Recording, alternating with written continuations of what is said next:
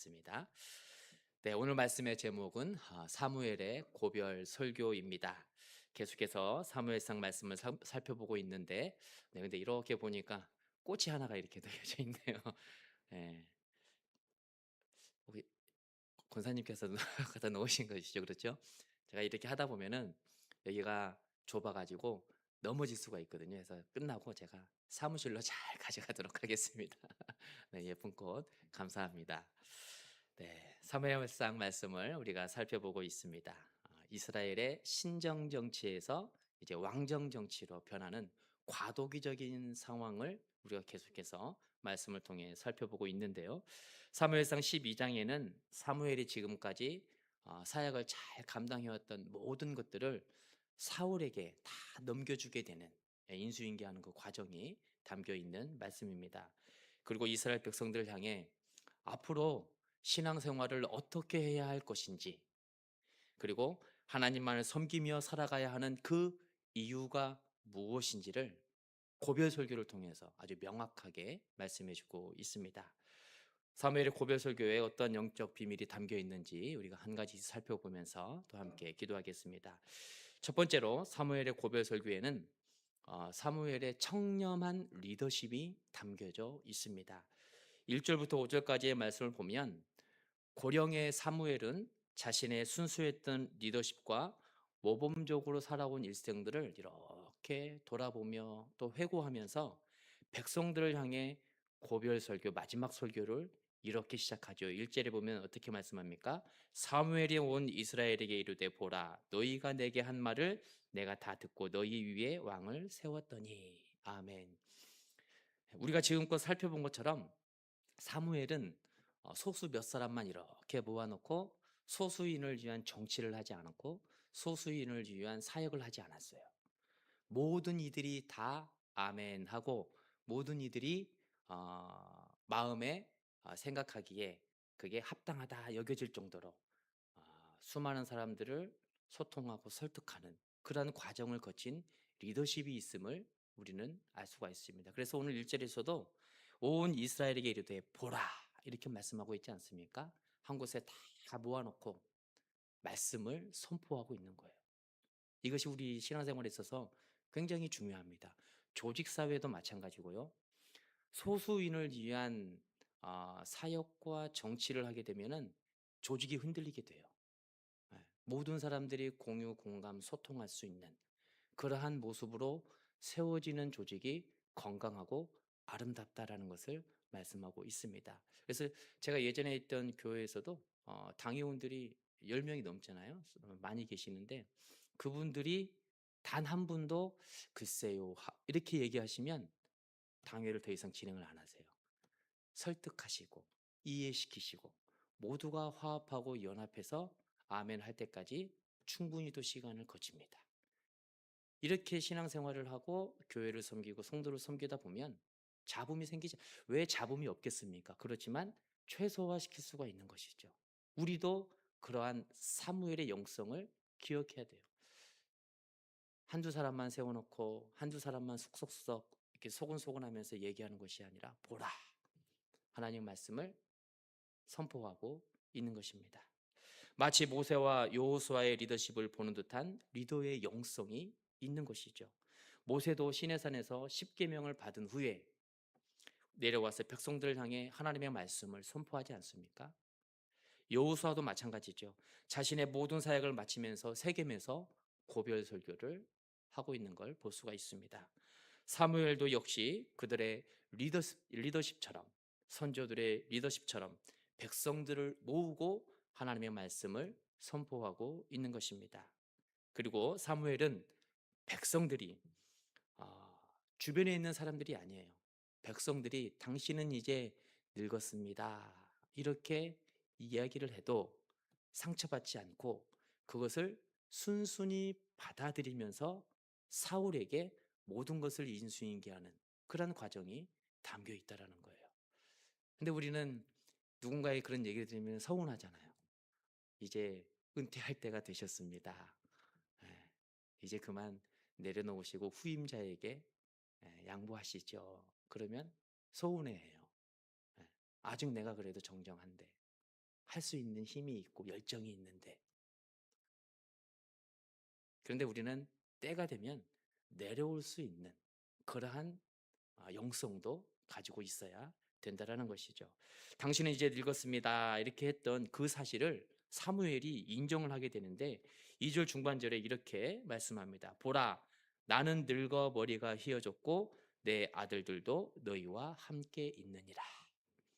백성들이 얘기하는 내용들을 그대로 수용해요. 그리고 상처받지 않습니다. 그리고 그대로 인정한 것을 볼 수가 있습니다. 이스라엘 통치권을 사울에게 넘겨줄 때가 왔음을 알고 있다라는 거예요. 자신이 물러가야 할 때임을 선포하고 있는 것입니다. 그리고 동시에 지난 날 동안 자신이 어떻게 백성들을 섬기고 하나님을 섬겼는지를 선포하고 또 어떠한 마음의 자세와 태도로 섬겼는지 3절 말씀을 통해 우리에게 가르쳐 주고 있는데, 우리가 화면을 보면서 3절 말씀을 같이 함께 읽도록 하겠습니다. 3절 말씀 시작. 내가 여기 있나니 여호와 앞과 그의 기름 부음을 받은 자 앞에서 내게 대하여 증언하리라. 내가 누구의 소를 빼앗았느냐, 누구의 나귀를 빼앗았느냐, 누구를 속였느냐, 누구를 압제하였느냐, 내 눈을 흐리게 하는 뇌물을 누구의 손에서 받았느냐, 그리하였으면 내가 그것을 너희에게 갚으리라 하니. 아멘. 청렴함의 리더십을 증명해주는 단어가 나옵니다. 여기에 보니까 빼앗다, 취하다, 이 단어가 나와요. 내가 누구의 소를 빼앗았느냐, 누구의 나귀를 빼앗았고 누구를 속였고 누구를 압제하였으며 내 눈을 흐리게 하는 뇌물을 내가 누구의 손에서 받았느냐, 이렇게 말씀하고 있어요. 백성들을 다 모아놓고 지금까지 자신이 걸어왔던 길에 대해서 하나님 보시기에, 그리고 당신들이 보기에 나는 한 점 부끄러움이 없는 그러한 사역을 잘 감당했다라고 선포하고 있는 것입니다. 남을 속이는 일, 남의 것을 취하는 일 하나도 없다라는 것이죠. 이러한 청렴 결백한 리더십을 백성들도 인정하고 나섭니다. 뿐만 아니라 4절과 5절의 말씀을 통해서는 두 증인을 통해서 입증이 되었다라고 말씀하고 있는데, 우리가 화면을 보면서 4절 5절 말씀도 같이 봉독하겠습니다. 4절 시작. 그들이 이르되 당신이 우리를 속이지 아니하였고 압제하지 아니하였고 누구의 손에서든지 아무것도 빼앗은 것이 없나이다 하니라. 사무엘이 백성에게 이르되 너희가 내 손에서 아무것도 찾아낸 것이 없음을 여호와께서 너희에게 대하여 증언하시며 그의 기름 부음을 받은 자도 오늘 증언하니라 하니, 그들이 이르되 그가 증언하시나이다 하니라. 아멘. 여기서 두 증인이 말씀에 나타나고 있죠. 한 증인은 여호와 하나님이시고, 또 다른 한 증인은 기름 부음 받은 자, 바로 사울을 의미하고 있습니다. 하나님이 보시기에도 사람이 보기에도 청렴 결백한 그러한 사역을 해왔음을 백성들에게 알리고 있다라는 거예요. 다른 것은 몰라도 재정에 있어서만큼은 우리도 마찬가지로 아주 명확하고 투명하게 운영하는 그런 사무엘의 영성을 우리도 본받아야 할 것입니다. 그래서 이제 1월 첫째 주에 공동의회 시간에 목회 계획을 이렇게 쭉 PPT로 준비하면서 이제 설명을 드릴 예정입니다. 그러면서 거기에 때도 이제 언급을 드리겠지만은 저희 교회도 이제 감사 제도를 도입하려고 해요. 그래서 우리 성도님들께서 정성스럽게 사랑으로 준비한 헌금을 다른 곳에 빠뜨리지 않고 정성스럽게 교회와 성도들을 위해서 투명하게 어떻게 흘러가고 있는지, 재정위원회뿐만 아니라 재정위원들을 감사하는 감사가 또 있어야지만이 투명해지거든요. 그래서 그러한 제도를 내년부터는 이제 저희 교회도 함께 실시하려고 합니다. 사무엘의 청렴 결백한 리더십은 하나님을 통해서 증명되는 건 당연한 거고요. 사람을 통해서도 인정이 되어지고 이해가 되어지고 증명이 되어져야 된다는 거예요. 우리는 앞서 살펴본 것처럼 이스라엘이 왕을 요구할 때 왕을 취하는 자, 빼앗는 자로 말씀하지 않았습니까? 너희들이 왕을 원하느냐? 그렇다면 한 가지 명심할 게 있다 하면서 그 경고에 대해서 말씀해 주신 내용들이 있었어요. 백성들의 전답과 그 열매를 다 취할 것이다. 군대 징집을 위해서 당신의 아들들을 빼앗아 갈 것이다. 결국 왕은 백성들의 자녀와 재산과 자유를 취할 것이다. 그래도 좋느냐? 네, 좋습니다. 그런데 한 가지 더 이야기하죠. 어떤 경고가 있냐면 이러한 착취당한 고통을 하나님께 부르짖어도 거기에 대해서 응답함이 없을 것인데 그래도 괜찮겠느냐? 그래도 좋습니다. 네, 참으로 엄청난 요청을 하고 있는 것을 우리는 너무도 잘 알고 있습니다. 그런데 사무엘의 리더십은 오늘 우리가 아까 읽었던 말씀처럼 취하지를 않아요. 뺏지를 않아요. 여호와 앞에서뿐만 아니라 사람 앞에서도 정직하게 행하였음을 성경은 말씀하고 있는 것입니다. 그렇습니다. 여러분, 우리는 이와 같은 사실을 통해서 하나님 앞에서만 정직하고 성실한 것이 아니라 사람 앞에서도 마찬가지예요. 특별히 성도는, 그리스도인들은 믿지 않는 이들 앞에서는 더욱더 정직하고 성실함으로 세워져야 되는 공동체성임을 우리는 기억해야 하는 것입니다. 성경에도 보면 충성이라는 말이 참 자주 나와요. 사도 바울은 고린도전서 4장을 통해서 맡은 자들에게 구할 것은 충성이다. 주님께서도 말씀하시죠. 잘하였도다 착하고 충성된 종아, 내가 적은 일에 충성하였음에 많은 것을 내게 맡기리니 내 주인의 즐거움에 참여할지어다. 여기에서 말씀하고 있는 충성이 피스토스라는 헬라어를 쓰는데 성실과 정직이에요. 하나님 앞에 충성되이 인정받은 자는 성실함과 정직함으로 세워진 하나님의 종이었음을 성경은 말씀하고 있는 것입니다. 성실함만으로도 세워지는 것은 안 돼요. 정직함도 같이 있을 때에 충성이 완성이 되는 거예요. 이 놀라운 사실을 사무엘서를 통해서 다시 한번 저와 여러분들에게 말씀해주고 있는 것입니다. 여러분, 사무엘은 어려서부터 늙고 힘이 들어 약해질 때까지 이스라엘의 마지막 사사이고 제사장이고 선지자예요. 하나님의 사람입니다. 오랜 기간 동안 최고의 공직자의 자리에 있으면서 단 한순간도 하나님이 보시기에 또한 사람이 보기에 거짓으로 살았던 모습이 없었다라는 것을 말씀하고 있는 것입니다. 여러분, 이 시대에 하나님을 향한 충성을 담아내고 청렴한 리더십으로 세워질 수 있는 왕 같은 제사장, 성도, 그리스도인 저와 여러분 되기를 축복합니다. 두 번째로는 그 고별 설교에서 공의로운 하나님의 일하심이 담겨 있음을 말씀합니다. 우리가 6절과 7절의 말씀을 화면을 보면서 같이 봉독하도록 하겠습니다. 시작. 사무엘이 백성에게 이르되 모세와 아론을 세우시며 너희 조상들을 애굽 땅에서 인도하여 내신 이는 여호와이시니 그런즉 가만히 서 있으라. 여호와께서 너희와 너희 조상들에게 행하신 모든 공의로운 일에 대하여 내가 여호와 앞에서 너희와 담론하리라. 아멘. 이제 사무엘은 자신의 권위를 입증한 다음에 출애굽 때부터 시작해서 사사 시대에 이르기까지 이스라엘 백성들에게 역사를 선포하고 있습니다. 이스라엘 역사 가운데 그 한 가운데 중심에는 하나님의 공의가 담겨 있었다라는 거예요. 여러분, 7절에서 말씀하는 공의는 미스파트라고 합니다. 미슈파트는 올바른 판단, 바른 판단을 의미하는 재판 용어예요. 공의로운 하나님은 잘못된 것을 바로잡고 공평하게 판결하시는 분이었다라는 것을 이스라엘의 전 역사를 통해서 설명하고 있는 것입니다.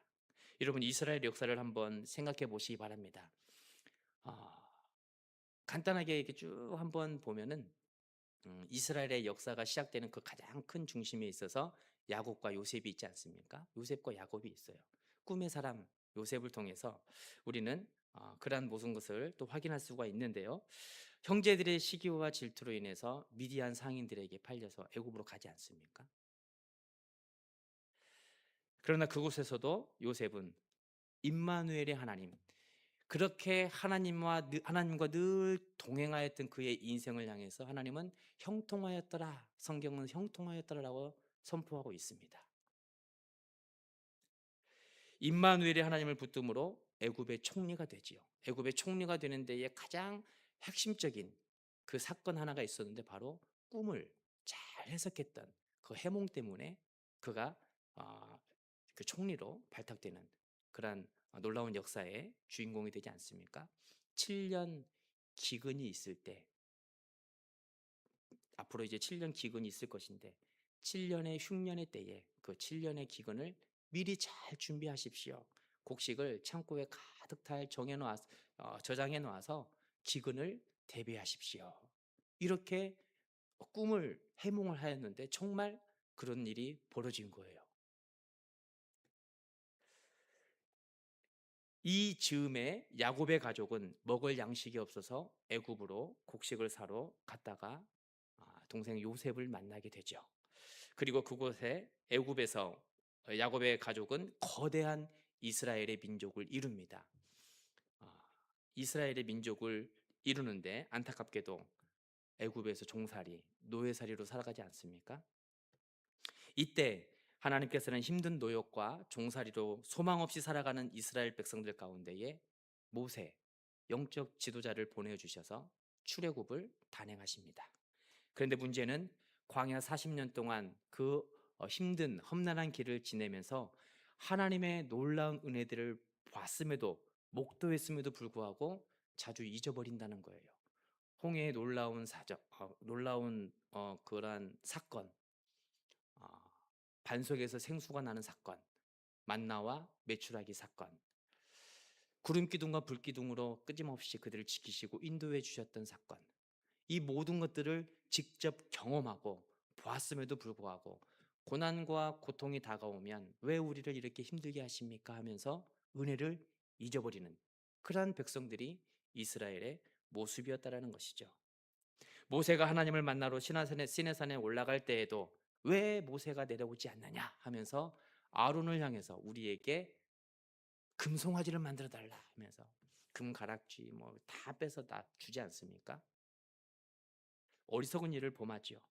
그럼에도 하나님은 그들의 원망과 불신앙적인 모습을 용서하시고 선하게 인도해 주십니다. 이러한 하나님의 사랑은 사사 시대를 지나서 사무엘 시대까지 이르게 되었다라는 거예요. 8절, 9절, 10절, 11절이 이러한 말씀으로 구성이 되어 있습니다. 이스라엘 백성들이 이방신을 섬기다가도 하나님께 부르짖으며 기도하기만 하면 사사들을 보내주셔서 살 길을 열어 주셨습니다. 끊임없이 이스라엘은 반역하고 변심해서 하나님을 떠나지만 그럼에도 하나님께서는 단 한 번도 마다하지 않으시고 기도하면 기도하는 대로 응답해 주셨던 하나님이셨다라는 걸 말씀하고 있는 것이죠.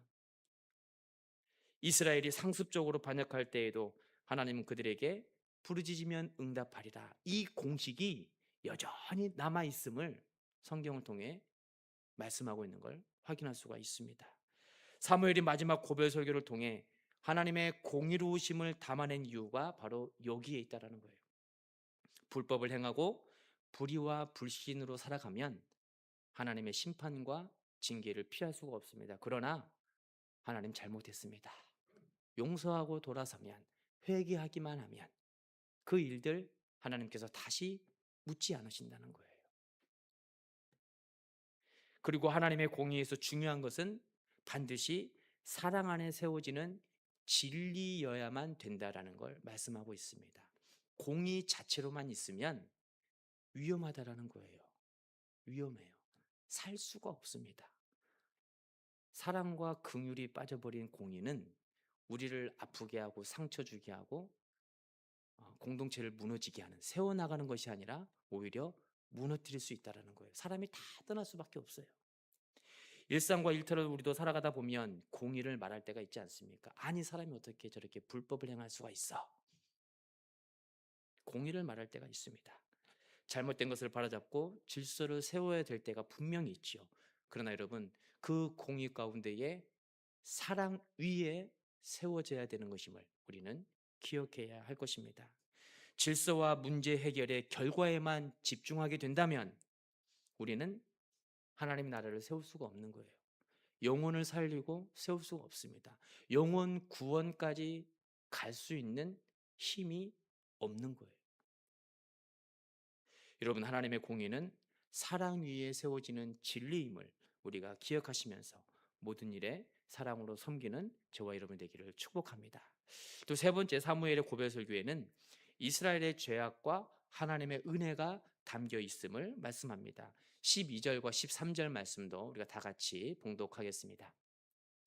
너희가 암몬 자손의 왕 나하스가 너희를 치러 옴을 보고 너희의 하나님 여호와께서는 너희의 왕이 되심에도 불구하고 너희가 내게 이르기를 아니라 우리를 다스릴 왕이 있어야 하겠다 하였도다. 이제 너희가 구한 왕 너희가 택한 왕을 보라. 여호와께서 너희 위에 왕을 세우셨느니라. 아멘. 사무엘은 이제 11장에 있는 앞장에 있는 암몬 왕 나하스와의 싸움을 연결시키면서 부르짖음과 응답에 대한 공식이 여전히 유효하다라는 사실을 말씀하고 있습니다. 암몬이 쳐들어왔을 때에 백성들이 부르짖었지 않습니까? 그랬을 때 하나님께서 그 전쟁의 자리에서 하나님께서 인도해 주셔가지고 어려움을 이기게 하셨습니다. 구원해 주셨죠. 그럼에도 사무엘의 고별 설교에서는 왕을 요구하는 이스라엘의 죄를 말씀하고 있습니다. 여러분, 왕을 세워달라는 것은 하나님을 떠나겠다라는 증거예요. 하나님의 통치와 다스림을 거부하겠다라는 거부권을 행사하고 있는 것입니다. 피조물이 하나님의 형상대로 지음받은 백성들이 창조주 하나님을 거부한다라는 건 있을 수가 없는 일이거든요. 말도 안 되는 교만이고 불신앙이고 불순종의 모습인 것이죠. 더 이상 하나님이 필요 없다라는 것입니다. 하나님과의 언약을 인간 스스로가 파기하겠다는 거예요. 깨뜨리겠다는 것이죠. 그러나 사무엘은 하나님을 떠나는 죄악이 가득한 백성들에게 하나님의 은혜의 말씀을 선포하게 됩니다. 14절과 15절이 그 은혜의 말씀인데 우리가 또 화면을 보면서 같이 봉독하겠습니다. 시작. 너희가 만일 여호와를 경외하여 그를 섬기며 그의 목소리를 듣고 여호와의 명령을 거역하지 아니하며 또 너희와 너희를 다스리는 왕이 너희의 하나님 여호와를 따르면 좋겠지만은 너희가 만일 여호와의 목소리를 듣지 아니하고 여호와의 명령을 거역하면 여호와의 손이 너희의 조상들을 치신 것 같이 너희를 치실 것이라. 아멘. 왕이 세워졌다고 해서 너희가 그토록 원하던 지도자가 세워졌다고 해서 하나님 경외하는 일을 소홀히 한다면, 권력자의 왕만을 두려워한다면 하나님의 심판은 계속될 거라는 거예요. 여호와의 손이 너희의 조상들을 치신 것 같이 너희를 치실 것이다. 신앙의 대상이, 신뢰의 대상이 바뀌어서는 안 되는 것을 말씀하고 있습니다. 왕을 신뢰하고 왕의 말에 적극적으로 참여하고 동참하고 따르는 것, 백성으로서 당연한 일이죠. 지도자를 따르는 것은 당연한 일일 것입니다. 그런데 그 지도자의 자리에 하나님을 제외시키면 안 된다는 거예요. 하나님은 늘 언제나 그리하셨듯이 모든 세상 온 우주 만물의 창조자이시고 주관자이시고 만왕의 왕이시기 때문입니다. 그 자리를 그 어떤 누군가가 대신한다면 그 공동체는 무너질 수밖에 없는 거예요. 하나님을 떠나서는 건강하게 세워질 수가 없다라는 것이죠. 그렇기 때문에 지도자가 세워졌다고 해서 신뢰의 대상, 믿음의 대상이 바뀌어서는 안 된다라는 걸 아주 명확하게 선포하고 있는 것입니다. 만일 이 사실을 기억하지 않으면 하나님의 심판은 다시 올 것이다. 16절, 17절, 18절을 통해서 선포하고 있습니다. 그렇습니다, 여러분. 우리 성도는 세상의 권력이 아닌 하나님을 두려워하고 하나님만을 경외해야 되는 백성임을 우리는 기억해야 할 것입니다. 솔로몬은 잠언 29장을 통해 이렇게 선포합니다. 사람을 두려워하면 올무에 걸리게 되거니와 여호와를 의지하는 자는 안전하게 되리라. 아멘. 오늘을 살아가는 우리에게 아주 중요한 지혜로운 말씀이에요. 권력자, 능력자, 스펙이 뛰어난 사람, 성공한 사람, 이들의 인생을 부러워하고 두려워하는 것이 아니라 경외함으로 오직 하나님만을 의지하며 살아갈 것을 명령하고 있는 것입니다. 여기에서 경외하다라는 단어, 우리는 야라라는 히브리어를 쓰고 있고 또한 포보스라는 헬라어를 쓰고 있습니다. 야라와 포보스, 좀 헷갈린 게 야다라는 게 있지 않습니까? 야다는 고난 중에서 하나님께 찬양한 찬양이 야다이고, 야라는 경외하다라는 뜻이에요. 경외하다라는 것은 두려워하다, 존경하다라는 의미가 담겨 있습니다. 우리 성도는 사람이 아닌, 세상 권력이 아닌 오직 하나님만을 두려워하고 하나님만을 존경해야 됨을 말씀하고 있는 것입니다. 그 이유가 이러한 고별 설교에서 이렇게까지 강력하게 이스라엘의 죄성을 끄집어내는 이유가 무엇입니까? 사람의 죄성 때문이죠. 세상 유혹에 넘어지는 연약함, 그리고 지금 힘들고 고통스럽다고 애굽으로 다시 되돌아가려고 하는 불신앙, 불순종, 회개하려는 모습, 이런 모습들 때문에 아주 강력하게 마지막 고별 설교하는 이 대목에서 백성들을 향해 선포하고 있는 것입니다. 그럼에도 하나님께서는 14절의 말씀처럼 경외함을 지키기만 한다면 심판하시지 않겠다, 이렇게 말씀하고 있어요. 야라, 포부스만을 지킨다면 너희를 심판하지 않겠다라고 약속하고 있는 것입니다. 여러분, 하나님은 우리의 죄성을 묵인하시지 않습니다. 다윗을 통해서도 우리는 알 수가 있고요, 가룟 유다를 통해서도 우리는 알 수가 있지 않습니까? 죄값은 어떠한 경우에서든 우리가 용서를 하면 회개는 받지만 그에 따른 죄값은 우리가 삶의 자리에서 어떠한 모형으로든 치르게 되어 있다라는 거예요. 그래서 나는 죄를 짓고 뭐 회개하면 되지, 이런 수준이 아니라는 거예요. 다윗을 한번 보시기 바랍니다. 얼마나 처절하게 회개를 했습니까? 회개를 했음에도 불구하고 그 인생에 있어서 얼마나 큰 아픔과 고통이 찾아왔었습니까? 이 대가를 우리는 기억해야 된다는 거예요. 특별히 젊은 청소년들, 청년들, 하나님은 사랑의 하나님이시야. 회개하면 다 용서해 주셔. 물론 회개하면 다 용서해 주시죠. 그러나 하나만 알고 둘은 모르는 거예요. 네. 사랑의 하나님이시기도 하시지만 심판의 하나님이시기도 하시다는 사실을 우리는 기억해야 될 필요가 있는 것입니다. 여러분, 하나님은 우리에게 사랑을 베푸시는 분이에요. 회개하면 용서하시는 분이십니다. 사무엘의 고별 설교를 통해서 이것을 우리에게 보여주고 말씀하고 있습니다. 이러한 하나님의 은혜를 기억하시면서 어떠한 유혹이 와도 우리는 죄와 타협을 해서는 안 되는 거예요. 불의와 불법과 타협해서는 안 되고, 거기에 있어서 힘들지만 맞서 싸워가야 되는 거죠. 이겨내야 되는 것이죠. 그래서 하나님만을 섬기고 경외하는 일평생 삶을 살아가는 저와 여러분 되시기를 바랍니다. 마지막 네 번째로 고별 설교에서는 오직 하나님만을 섬길 것을 명령하는 사무엘의 권면이 잘 담겨 있습니다. 이제 드디어 이스라엘 백성들이 왕을 요구했던 죄악이 얼마나 심각했던지 그것을 깨닫게 됩니다. 그리고 자신들을 위해 중보 기도해 줄 것을 사무엘을 통해서 요청하고 있습니다. 우리가 19절 말씀 화면을 보면서 함께 같이 봉독합니다. 모든 백성이 사무엘에게 이르되 당신의 종들을 위하여 당신의 하나님 여호와께 기도하여 우리가 죽지 않게 하소서. 우리가 우리의 모든 죄에 왕을 구하는 악을 더하였나이다. 아멘. 이제 깨닫게 돼요. 우리가 왕을 구했던 것이 엄청난 죄악이었구나. 그래서 사무엘에게 요청합니다. 우리 좀 살려주십시오. 하나님 심판에서 우리가 살아날 수 있도록 기도해 주십시오 하면서 중보 기도를 부탁하고 있습니다. 이스라엘 백성들이 중보 기도를 부탁한 장면은 앞에 7장에서도 이미 경험한 바가 있습니다. 블레셋 군대가 쳐들어왔을 때 사무엘에게 부탁하죠. 당신은 우리를 위하여 하나님께 부르짖어 우리를 구원하게 하소서. 이때 사무엘은 어린 양을 가지고 와서 번제를 드리면서 하나님 앞에 기도했던 모습을 알 수가 있습니다. 이 중보 기도의 힘을 알고 있었기에 이스라엘 백성들이 예전에 있던 그 기억을 소환해서 다시 한번 중보 기도를 부탁하고 있는 것입니다. 그러자 두려워하는 이스라엘 백성들을 향해 사무엘은 위로하고 소망의 말을 선포하죠.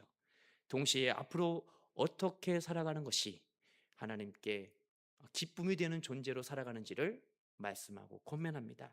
20절부터 24절까지가 이렇게 네 가지를 통해서 말씀해 주고 있는데, 첫째는 20절 하반처럼 오직 하나님만을 섬길 것을 말씀하고 있어요. 여호와를 따르는 데서 돌아서지 말고 오직 너희의 마음을 다하여 여호와를 섬기라. 그렇게 할 때 너희가 살 수 있다라는 것이죠. 두 번째는 22절처럼 이스라엘을 향한 하나님의 사랑을 말씀하고 있습니다. 여호와께서 너희를 백성으로 삼으신 것을 기뻐하셨다. 그리고 너희를 다시는 버리지 아니하실 것이다. 하나님을 경외하라는 것이죠. 세 번째는 23절을 통해 이스라엘을 향한 사무엘의 사랑입니다. 22절은 이스라엘을 향한 하나님의 사랑이 담겨 있다면 23절은 이스라엘을 향한 지도자 사무엘의 사랑이 담겨져 있습니다. 나는 너희를 위하여 기도하는 죄를 결단코 내가 범하지 않겠다. 기도하는 일을 절대로 쉬지 않겠다. 죽는 순간까지도 이스라엘을 위해서 기도하겠다라고 선포하고 있는 것입니다. 여러분, 기도에는 은퇴가 없습니다.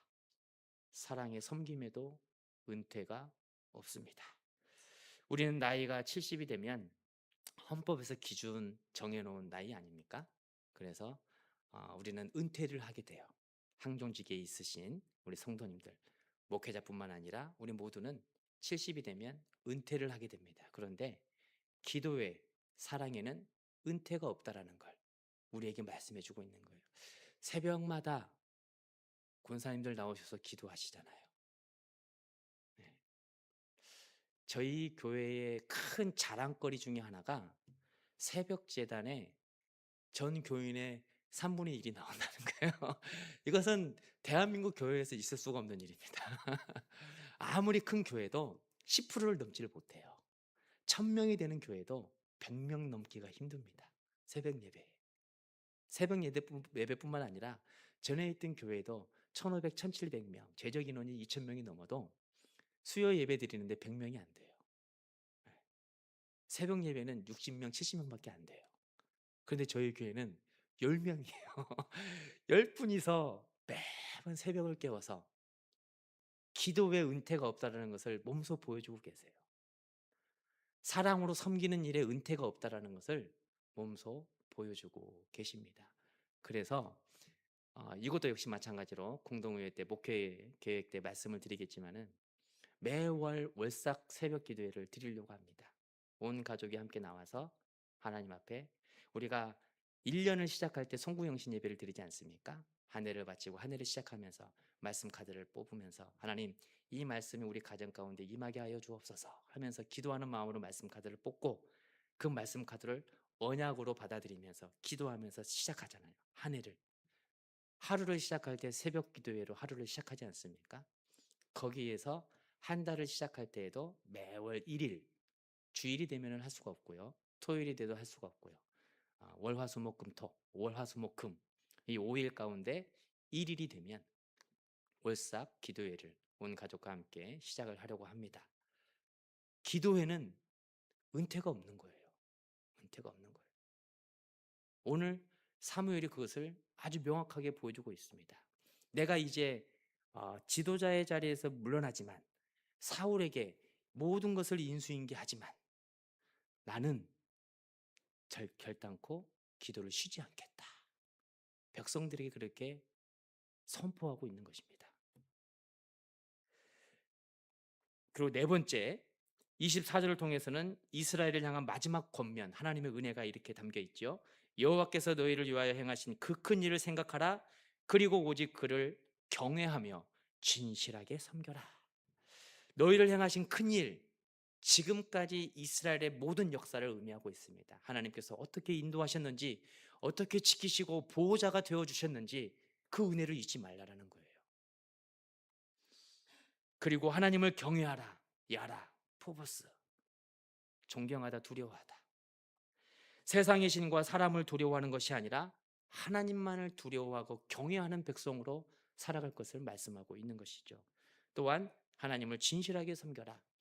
영과 진정으로 예배하는 예배자의 모습을 그 무엇과도 합리화하거나 타협하거나 그 어떠한 상황에 있어서도 바꾸지 말고 예배자의 삶을 잘 지켜나갈 것을 말씀하고 있는 것입니다.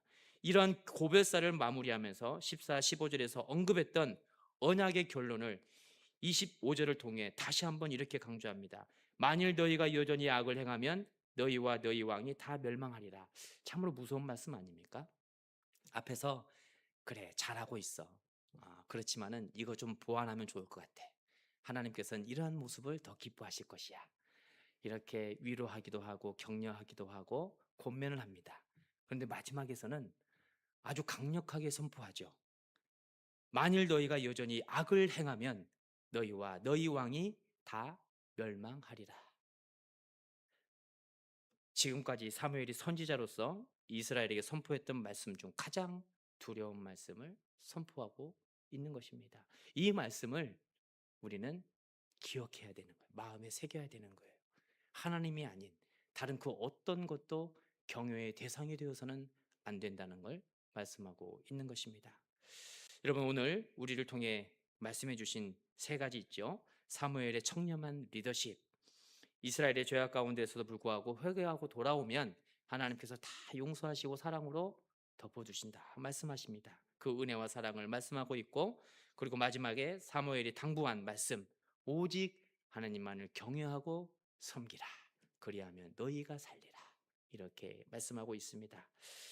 여러분, 하루하루 일상과 일터 가운데 지내실 때 사무엘의 고별 설교를 우리가 마음속 깊이 새기면서 사무엘의 영성으로 살아갈 수 있는 저와 여러분이 되기를 축복합니다.